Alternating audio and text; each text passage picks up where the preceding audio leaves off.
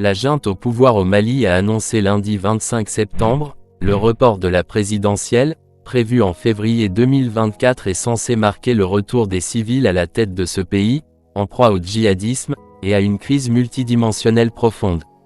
Il s'agit d'un nouvel ajournement de la part des colonels par rapport aux engagements pris, sous la pression, de la Communauté économique des États de l'Afrique de l'Ouest (CEDEAO), en vue d'un transfert du pouvoir. Les dates initialement retenues du 4 et du 18 février 2024, pour les deux tours, connaîtront un léger report pour des raisons techniques, a dit le porte-parole du gouvernement le colonel Abdoulaye Maïga, dans une déclaration, lue devant des journalistes à Bamako. Les nouvelles dates de l'élection présidentielle feront l'objet d'un communiqué ultérieurement, a précisé le gouvernement. Les autorités renoncent par ailleurs, à organiser, avant la présidentielle des législatives initialement prévues à la fin de 2023. Le gouvernement décide d'organiser exclusivement l'élection présidentielle, pour sortir de la transition. Les autres élections feront certainement l'objet d'un autre chronogramme, calendrier, qui sera établi par les nouvelles autorités, sous les directives, du nouveau président de la République, détaille le communiqué. Les autorités citent parmi les raisons techniques expliquant ce report des facteurs liés, à l'adoption en 2023, d'une nouvelle constitution et à la révision des listes électorales, mais aussi, un litige avec une société française, Idemia, impliquée selon elle dans le processus au niveau du recensement. Dans une réaction transmise à l'agence France Presse, lundi soir, Idemia assure pour sa part qu'il n'existe pas de litige en cours avec les autorités maliennes, et qu'il n'y a plus de cadre contractuel en vigueur entre le groupe et le ministère malien de l'administration territoriale et de la décentralisation en raison du non-paiement des factures.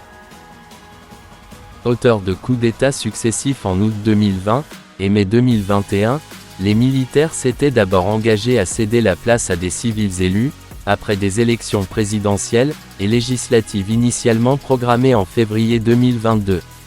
Mais la junte dirigée par le colonel Assimi Goïta, avait finalement fait savoir à la fin de 2021 être dans l'incapacité de respecter le calendrier convenu avec la CEDEAO. Elle avait même envisagé de se maintenir plusieurs années supplémentaires, le temps selon elle, de mener les profondes réformes nécessaires. La CEDEAO avait alors infligé au début de 2022 de lourdes sanctions commerciales et financières, qui avait durement éprouvé le Mali, pays pauvre et enclavé. Elle les avait levées le mois de juillet suivant, quand les colonels avaient consenti à partir en mars 2024, et avaient annoncé un calendrier électoral fixant la présidentielle à février 2024. La junte avait aussi fixé en mars 2023 un référendum constitutionnel, qui a finalement eu lieu en juin. Les détracteurs de la nouvelle constitution la décrivent comme taillée, sur mesure, pour un maintien des colonels au pouvoir au-delà de la présidentielle. Depuis la prise du pouvoir par les colonels maliens, l'Afrique de l'Ouest a vu se succéder les coups d'État militaires au Burkina Faso et au Niger, pays également frappés par le djihadisme et la violence, mais aussi en Guinée. Dans tous ces pays, les militaires disent mener des transitions avant un retour à l'ordre constitutionnel. La présidentielle malienne est différée, alors que le pays reste en butte à la violence au centre et à l'est, et fait face dans le nord à une reprise des hostilités par les groupes séparatistes, et une intensification des activités djihadistes. Les régions de Tombouctou et Gao ont été depuis août, le théâtre, d'une succession d'attaques contre les positions de l'armée malienne et contre les civils. Des stations fermées par manque d'essence, les habitants obligés de se fournir au marché noir pour des montants exorbitants, le prix des pommes de terre multiplié par 3, celui des oignons par 5, certains produits de première nécessité introuvables sur les marchés. Ces images rares de Tombouctou montrent la réalité du blocus que subissent ses habitants depuis près d'un mois. Les routes qui permettent d'approvisionner la ville, notamment depuis l'Algérie et la Mauritanie, sont coupées. La ville a été le théâtre de plusieurs attaques et plus de 30 000 habitants se sont déplacés dans la région et vers les pays voisins, selon l'ONU. Les notables, ainsi que les chefs traditionnels et religieux de la ville, ont décidé de se déplacer jusqu'à Bamako. Après avoir rencontré le Premier ministre malien Choguel Maïga, ils se sont réunis dans la salle des pyramides du souvenir. L'État doit pouvoir doit pouvoir compter sur nous et nos décisions doivent être en parfaite harmonie avec ses visions. Car la paix ne se décrète pas, elle se construit avec tous les acteurs. Pour cette réunion, de nombreux habitants de Bamako, originaires de Tombouctou, ont fait le déplacement. En tant que ressortissante, c'est que je me sens, je vis ce que mes parents vivent à Tombouctou, dans ma chair et dans mon corps. Ça, c'est vraiment une situation qui affecte chacun de nous, même ceux qui ne sont pas à Tombouctou. Une situation qui s'étend désormais aux localités voisines et qui laisse davantage de populations désemparées. La junte a poussé vers la sortie la force anti-djihadiste française en 2022 et la mission de l'ONU en 2023. Elle s'est tournée politiquement et militairement vers la Russie. Le communiqué du gouvernement ne fait pas référence aux récents développements sécuritaires.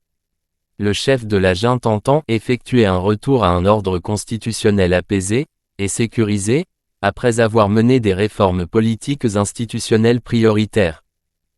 Monsieur le Président, la paix et la sécurité restent la priorité des populations du Mali et du Sahel. Après plus d'une décennie de violence aux conséquences particulièrement dévastatrices. Pourtant, cette région était connue comme un havre de paix, de cohésion sociale et de vivre ensemble entre les communautés qui la composent. Pour sa part, le Mali a décidé de changer de paradigme et de prendre son destin en main. Ainsi, au plan sécuritaire, le Mali a accordé la priorité au renforcement des capacités des forces de défense et de sécurité maliennes afin de leur permettre de s'acquitter de leur mission régalienne de défense du territoire national et de protection des populations et des biens.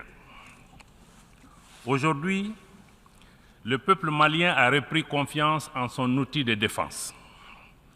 Aujourd'hui, les populations du Mali sont encouragées par les résultats engrangés dans la lutte contre les groupes armés terroristes et leurs sponsors étatiques étrangers. Le Mali dénonce à nouveau et avec force les ingérences de certaines puissances qui continuent de faciliter les activités criminelles des groupes armés terroristes au Mali et au Sahel. Il y a lieu de rappeler que le 15 août 2022, le gouvernement du Mali avait alerté le Conseil de sécurité des Nations Unies sur les actes d'hostilité et d'agression de la France. Au lieu de cesser ces agissements, ce pays membre permanent du Conseil de sécurité des Nations Unies continue en toute impunité ces manœuvres de déstabilisation du Mali et du Sahel, comme en témoigne la récente libération des terroristes dans la zone des 3 frontières du Burkina Faso, du Mali et du Niger, en dehors de tout cadre judiciaire et à l'insu des États concernés, pour perpétrer plus d'actions terroristes contre nos populations civiles et nos forces de défense et de sécurité. Les actes hostiles de la France s'illustrent également par ses interventions intempestives et illégales pour retarder, voire empêcher le traitement de nos demandes de financement dans plusieurs institutions financières sous-régionales, régionales et même internationales. Dans le même ordre d'idées, il est regrettable que le même pays, la France, tente et même parfois parvienne malheureusement à instrumentaliser des organisations régionales africaines opposant des pays frères les uns aux autres uniquement pour ses intérêts géopolitiques dans une démarche néocoloniale et paternaliste.